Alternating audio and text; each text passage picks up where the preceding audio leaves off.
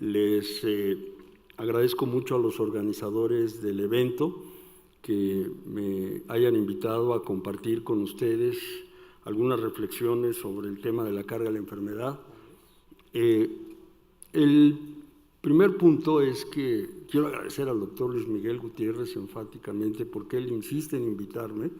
Seguramente se enteró que saqué mi credencial del INAPAM, entonces ya puedo hablar con conocimiento de causa, ya no vengo como un académico nada más. Y en segundo lugar, a mi amigo Raúl, le quiero hacer una corrección porque yo no soy el director general del Instituto Nacional de Salud Pública. Algunos dirían que bueno, pero yo soy director general del Centro de Investigaciones, director general adjunto del Centro de Investigaciones en Sistemas de Salud.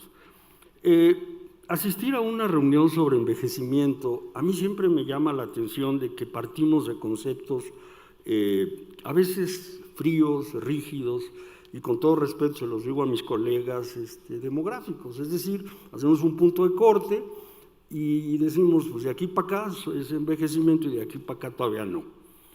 En un seminario en la Universidad de Guanajuato nos pusimos a discutir los símbolos, los rituales, cuáles son los elementos que están detrás del concepto de envejecimiento, y les voy a compartir una definición que es más bien anecdótica y los quiero llevar a la reflexión. Para los que, como yo decía hace un momento, ya tenemos la credencial del INAPAM, cuando éramos niños, nosotros nos disputábamos a los abuelos. Era muy difícil que hubiera una familia hace 60 años con 4 abuelos.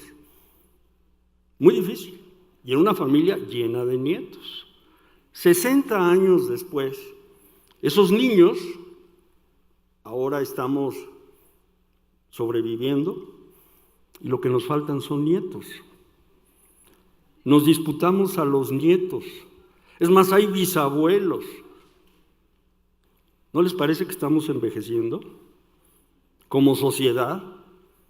Es una definición de rituales, es una definición de símbolos, pero que de alguna manera nos lleva a reflexionar lo que decía hace rato el colega japonés. No es bueno, tampoco es malo llegar a ciertas edades, pero no necesariamente hay que llegar a veces como estamos llegando, no preparados. El motivo de mi presentación es hablarles de la carga de la enfermedad. Yo organicé la presentación en 4 componentes y para los que no han escuchado esta plática voy a empezar por utilizar una definición muy rigurosa de lo que es la carga de la enfermedad. Es un esfuerzo científico, sistemático para cuantificar la magnitud comparativa de las pérdidas de salud. Voy a hablar de pérdidas de salud por todas las enfermedades, lesiones y factores de riesgo, por edad, sexo y puntos en el tiempo. Tratamos de dar una visión holística y en este sentido quiero reenfatizar los aspectos que están subrayados, que es las pérdidas en la salud y la comparabilidad. Para ser más precisos, nosotros hacemos este estudio y aquí, como decía la portada, yo soy parte de los profesores del Instituto para la Métrica y Evaluación de la Salud de la Universidad de Washington, y ahí se genera una iniciativa desde hace algunos años para medir 188 países. Empezamos a hacer estudios subnacionales en 2013, México es uno de los pioneros, tenemos resultados a nivel estatal que voy a compartir con ustedes, China también lo hizo para 26 provincias, y a partir de 2015 incluso ya tenemos análisis de Japón, una de las cosas más interesantes de este estudio. Lo hacemos para 306 enfermedades, tratamos de incorporar todas las enfermedades posibles, lo hacemos para 2.337 secuelas y para 79 factores de riesgo, seguimos un protocolo muy riguroso. La idea es estarlo actualizando año con año para que sea de utilidad para los tomadores de decisiones y además utilizamos el criterio que se utiliza en la academia, que es publicar donde hay revisión de pares.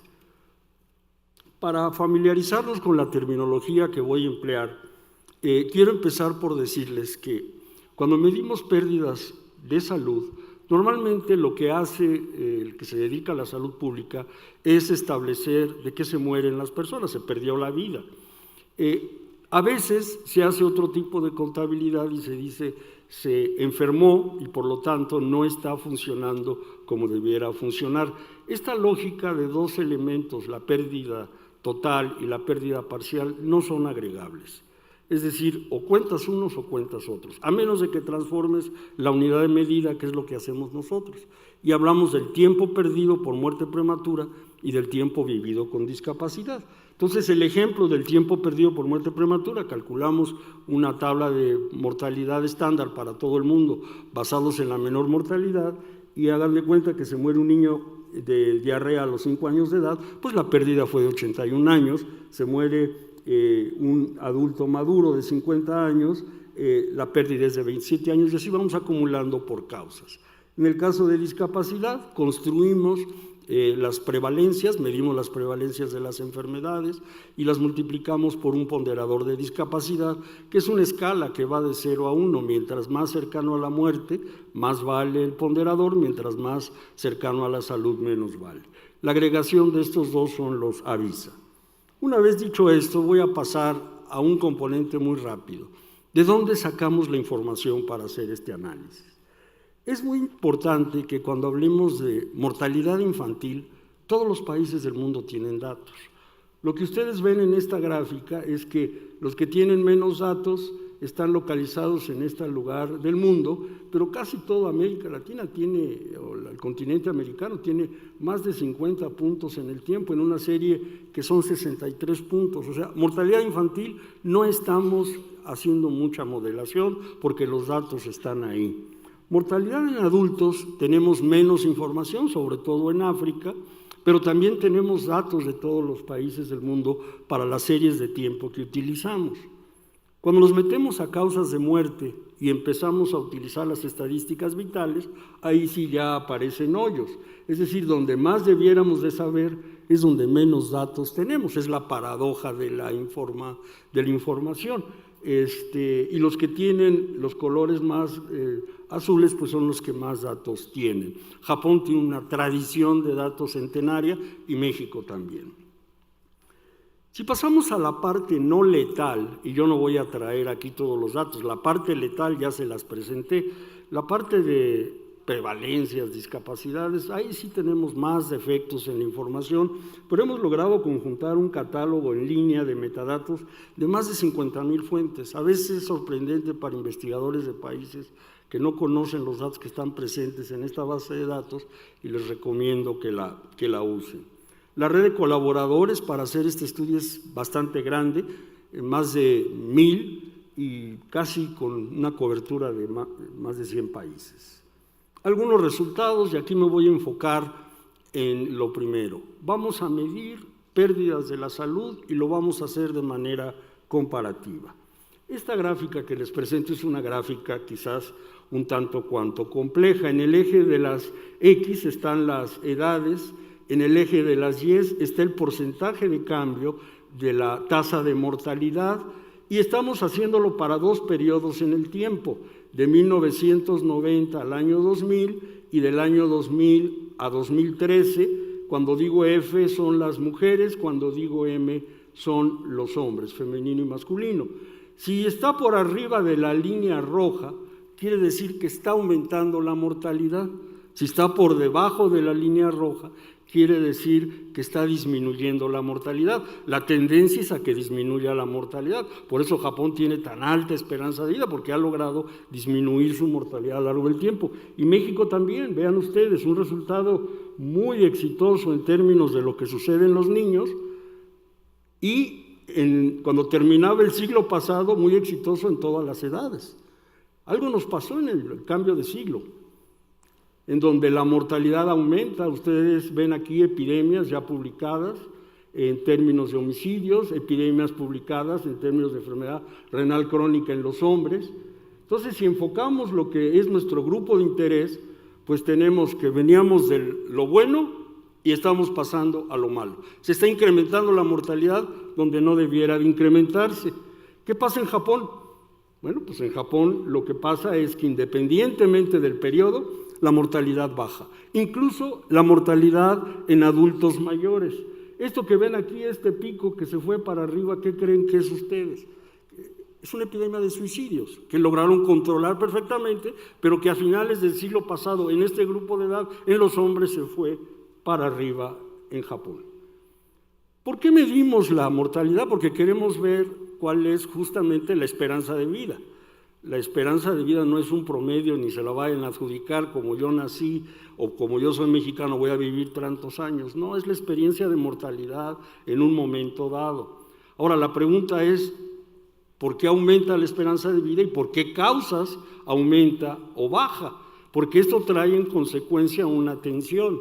En la gráfica que le estoy presentando y que no alcanzamos a ver completo México, de 1990 al año 2013, la esperanza de vida aumentó de 72 a 76. Es interesante que en este análisis, cada una de estas causas está en coloritos, y aquí están los coloritos en inglés, de las diferentes enfermedades. Por ejemplo, todo lo que ven acá es la diarrea y las infecciones respiratorias. Entonces, aumentó 4 años la esperanza de vida, pero hay unas causas que se fueron negativas y que le quitaron a la esperanza de vida. En el caso de Japón, de 90 aumentó de 79 a 83 y no hay prácticamente causas negativas.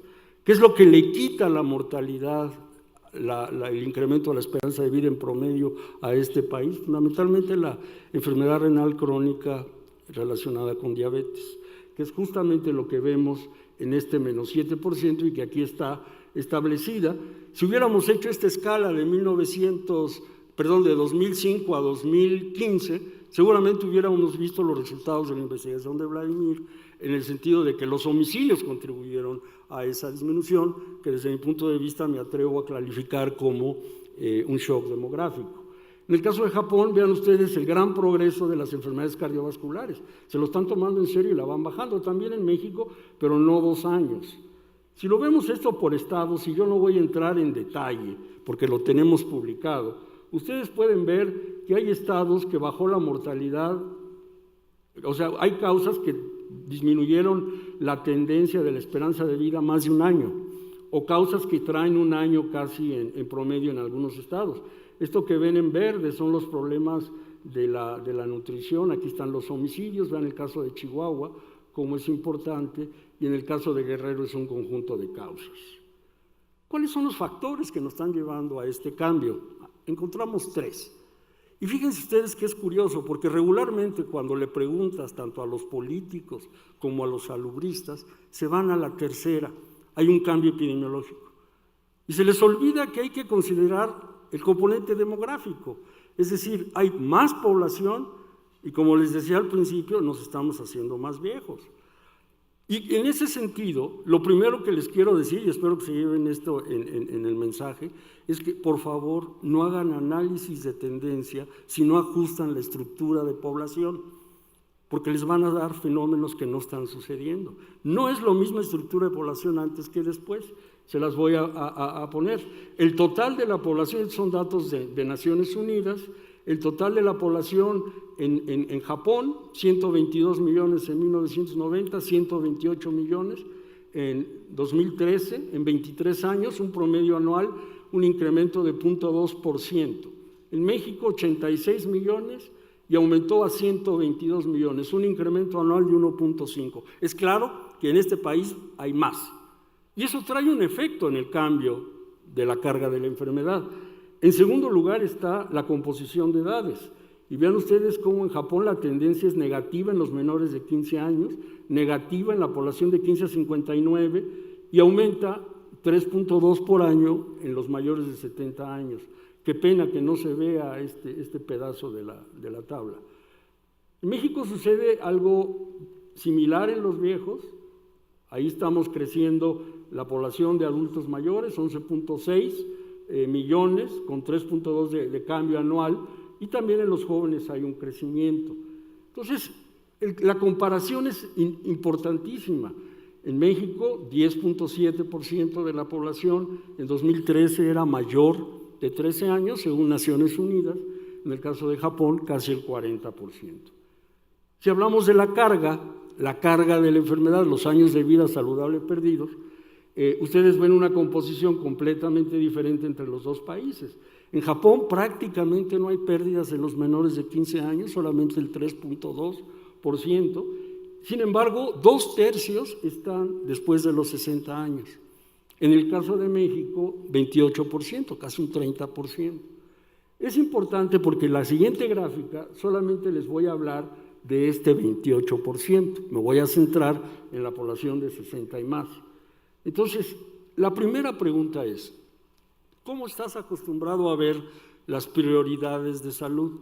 Y como tenemos una tradición centenaria de los datos de mortalidad, pues son las causas de muerte. Las causas de muerte, que aquí se ven muchas, pero lo primero sería en inglés el ischemic heart disease, la enfermedad isquémica del corazón, con 17% de la carga en la población de 60 años y más para 2013, la diabetes mellitus, la enfermedad renal crónica, y lo único que vemos de enfermedades infecciosas son las enfermedades infecciosas respiratorias, lower respiratory condition con 3.7, y un problema de desnutrición que seguramente está agregado sobre todo en los cánceres, en la enfermedad cerebrovascular o en el Alzheimer. Pero si la mitad de los mexicanos sobreviven hasta los 70 años, un poquito antes, pues el panorama tendría que ser este. Si les pongo el indicador de años perdidos por muerte prematura para este grupo de edad, no cambia, cambia un poquito los porcentajes. El cambio está aquí, cuando les presento los que no mueren, de qué se enferman. Y esto es muy importante, porque si tú nada más cuentas a los muertos, estás asumiendo que el que no murió está sano, y no es cierto.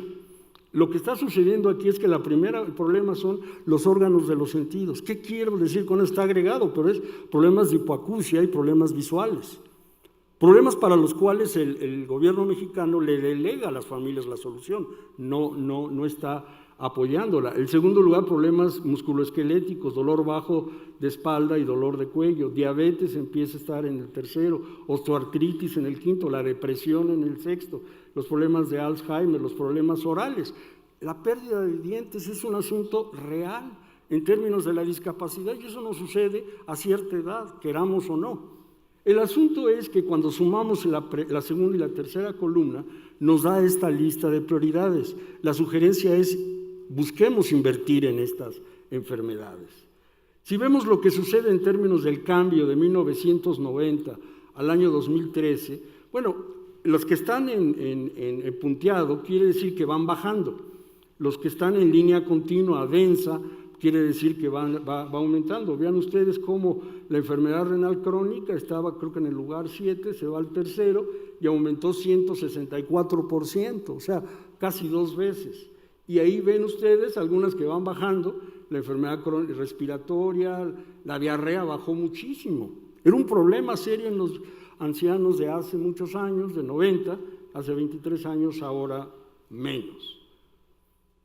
Si lo vemos en términos de la distribución geográfica, lo primero que observamos son concentraciones. En los estados del norte del país, la primera causa, la cardiopatía isquémica, y la distancia que hay entre lo que se ve en el norte y lo que se ve en el sur es grande. En el caso de la diabetes mellitus hay un patrón no geográficamente bien identificado. La enfermedad renal crónica se concentra en el centro del país, y la cirrosis hepática debido a alcohol y debido a hepatitis C se concentra en el sur. Es decir, los patrones geográficos también están claramente identificados. Si vemos el asunto de las enfermedades que son discapacitantes, bueno, las enfermedades de los órganos de los sentidos, ¿por qué se van al sur? Porque ahí son situaciones de pobreza.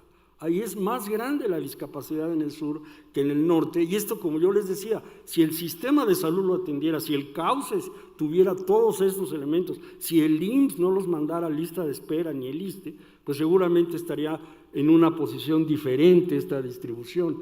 El caso de la osteoartritis también se va al sur, y el caso del Alzheimer no sigue un patrón geográfico en el país. Si nosotros pensamos en lo que es anticipar, si hablamos de un envejecimiento saludable, tenemos que pensar en el factor de riesgo. ¿A qué se exponen las personas que tienen más de 60 años? Y los resultados son los siguientes. Nosotros contabilizamos la carga que le podemos atribuir a la exposición de elevada glucosa en ayuno, o la carga que le podemos atribuir a la hipertensión arterial, a los malos hábitos de dieta. Y ustedes pueden ver que 5 factores de riesgo que puse del lado derecho agrupan 2/3 partes de la carga.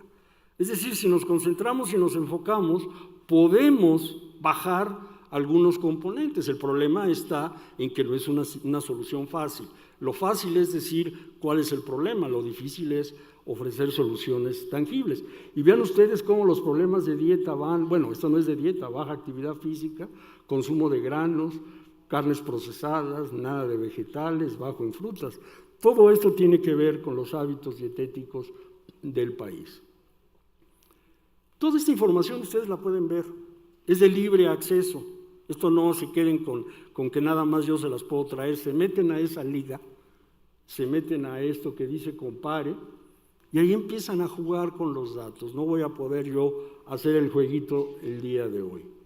¿Cuáles son las implicaciones para el sistema de salud? Y esto es muy importante porque, como decía el maestro José Laguna, los mexicanos, los salubristas, somos muy buenos para hablar de la problemática, cuando en realidad lo que tenemos que hablar es de la solucionática, es decir, cómo vas a resolver todo eso que me estás agrupando y me estás alarmando de alguna manera.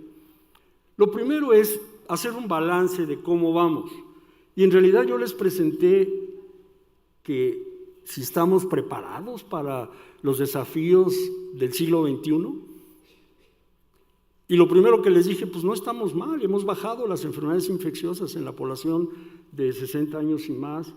El gobierno de México y todas las instituciones están respondiendo a las presiones generadas por la diabetes, por las enfermedades cardiovasculares, por el sobrepeso. Quisiéramos más, es un proceso de mediano y largo plazo, pero no estamos respondiendo ante la epidemia de enfermedad renal crónica y ahí tenemos un serio problema de consumo de servicios y de muerte prematura. Por otro lado, algunos problemas de salud son invisibles al sistema. Todo lo relacionado con enfermedades mentales, musculoesqueléticas, de los órganos de los sentidos, tenemos que visibilizarlas y que compitan en términos de asignación de recursos humanos, físicos y financieros. Y además es necesaria, lo que se mencionaba acá, la participación intersectorial, porque no le podemos dejar al sistema de salud la responsabilidad de que mejore la esperanza de vida. La mejor esperanza de vida tiene que ver con políticas de todos los sectores. Quien cree que es una responsabilidad del sistema de salud, creo que tiene que regresar y revisar a los clásicos, porque en realidad el sistema de salud contribuye con una proporción, pero no es su responsabilidad. Aquí les traigo una mnemotecnia de los 4 P's que tenemos que considerar para un envejecimiento saludable. Protección. Protección social es quizás lo más importante para nuestra población que está envejeciendo. Y necesitamos la creatividad de construir bienes públicos para todos. Y eso es una de las cosas más difíciles, pero que tienen más impacto en resultados en salud. La segunda P es promoción, evitar que la carga atribuible a factores de riesgo y tenemos que focalizar acciones, yo se las presenté. El tercero es prevención, cambiar de un sistema que en lugar de salud, que en lugar de estar esperando actúe, sea más proactivo y hacer detecciones tempranas. Hace rato hablaban de los ciclos de vida, no esperar a que la población envejezca. Sin embargo, el sistema de salud se concentra en la última P, la P más cara y la P más ineficiente, la que logra menos efectiva, la que logra menos resultados, la prestación de servicios. No está mal que trabajemos en un modelo de atención dirigido al envejecimiento saludable, pero pensemos en las 3 P's iniciales y démosle más importancia a esos aspectos.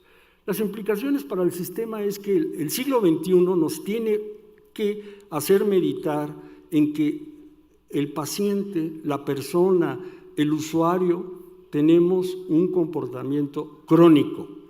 Los sistemas de salud en México están hechos y los sistemas de información para atender episodios de crisis, para atender urgencias, no para atender personas que crónicamente están enfermas, que necesitan un tratamiento crónico, que necesitan entenderse que no es una enfermedad, como dice la clasificación de enfermedades, es una comorbilidad. ¿Por qué etiquetamos a las personas de una enfermedad? Pues porque las aseguradoras nos pagan ese tipo de tratamiento, pero en realidad el asunto es más complejo de la comorbilidad. Y el asunto de la continuidad, no tenemos incentivos para darle seguimiento a los pacientes.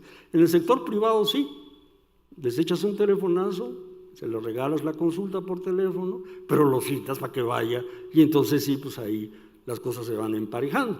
Pero en el sistema de salud pública no hay incentivos y eso es muy importante que los empecemos a fomentar. Quiero terminar diciéndoles que tenemos que transformar estas ideas en equivalentes de servicios y tenemos, por supuesto, que trabajar más firmemente en un modelo de atención para promover el envejecimiento saludable. Yo les presenté las diferencias por instituciones de salud, por área geográfica y por estrato socioeconómico. Lo importante es disminuir estas brechas de las cuales en México somos víctimas. Muchas gracias por su atención.